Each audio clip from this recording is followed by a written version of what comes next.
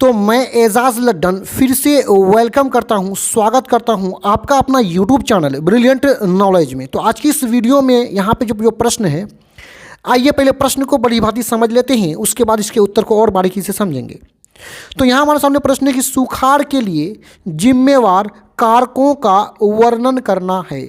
यानी इस प्रश्न के उत्तर में हमें उन बातों का वर्णन करना है, उन कारकों का वर्णन करना है जो सुखाड़ के लिए जिम्मेवार हैं। मतलब वो कौन कौन से कारक है, वजह हैं जिससे सुखाड़ उत्पन्न होता है।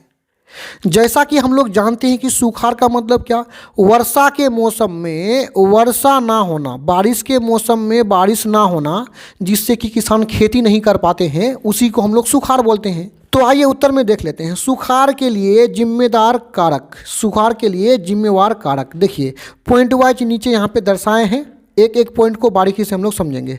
पहला पॉइंट में है वृक्षों को अंधाधुंध काटना। देखिए हम आज वृक्षों को ना अपने लाभ के लिए अंधाधुंध काट रहे हैं। तो वृक्षों के काटने से क्या होता है कि वर्षा नहीं हो पाता है, बेमौसम वर्षा होता है। समय पर जितना वर्षा चाहिए बारिश के मौसम में उतना वर्षा नहीं होता है।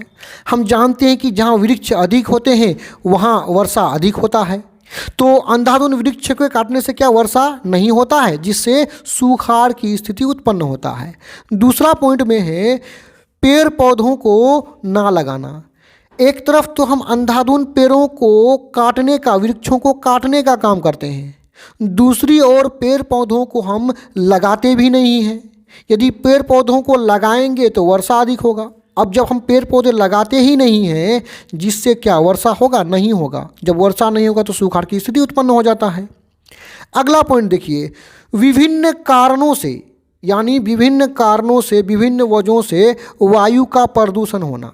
यानी वायु प्रदूषित होते हैं, विभिन्न कारणों से प्रदूषित होते हैं। यानी वायु का प्रदूषण, प्रदूषण का मतलब वायु में जो है अनावश्यक चीज़ फैल जाना, कार्बन डाइऑक्साइड बढ़ जाना, तो जिससे वायु क्या हो जाता है, खराब हो जाता है। और ये वायु प्रदूषण कई कारणों से होता है। तो जब वायु प्रदूषण जब होगा तो समय पर वर्षा नहीं होता है। तो जब वर्षा नहीं होगा तो सुखाड़ की स्थिति उत्पन्न हो जाता है। अब आगे जो पॉइंट है उसको भी देख लेते हैं। पॉइंट नंबर 4 में देखिए भूमि के तापमान में वृद्धि होना। यानी भूमि के तापमान में क्या होता है, वृद्धि हो रहा है। भूमि के ताप में वृद्धि हो रहा है। पृथ्वी जो हमारा भूमि है वो अधिक गर्म होता जा रहा है, जिसके कारण समय पर ठीक ठाक वर्षा नहीं होता, जिससे सुखाड़ की स्थिति उत्पन्न होता है। अगला पॉइंट देखिए, वर्षा जल का जमाव नहीं करना। वर्षा के जल का जमाव नहीं करते हैं तो इससे सूखा की स्थिति उत्पन्न होती है। दूसरी ओर जब हम वर्षा के जल को किसी तालाब या जलाशय में जमा करते हैं तो गर्मी के समय में ये मौसम, गर्मी के मौसम में ये पानी जो है वाष्प बन करके ऊपर जाने के बाद बादल का निर्माण होता है और वहाँ से क्या होता है, बारिश होने लगता है। तो जब हम जमाव नहीं करते हैं, वर्षा जल का जमाव नहीं करते हैं, तो इससे क्या होता है, वर्षा नहीं होता और सूखे की स्थिति उत्पन्न हो जाता है। अब अगला पॉइंट है, लास्टवां पॉइंट, कि बेमौसम वर्षा होना। देखिए हम जब भी देखते हैं कि वर्षा के मौसम में वर्षा ना होकर के कभी कभी ठंडी के मौसम में वर्षा काफ़ी अधिक हो जाता है, या बरसात का जो मौसम है उसके शुरू होने से पहले ही काफ़ी वर्षा हो जाता है।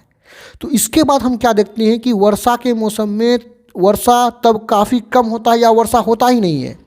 यानी बेमौसम, वर्षा के मौसम में जब वर्षा नहीं होगा, बाकी के मौसम में खूब वर्षा हो जाता है, तो वर्षा के मौसम में और बारिश नहीं होता है, जिससे सूखे की स्थिति उत्पन्न हो जाता है।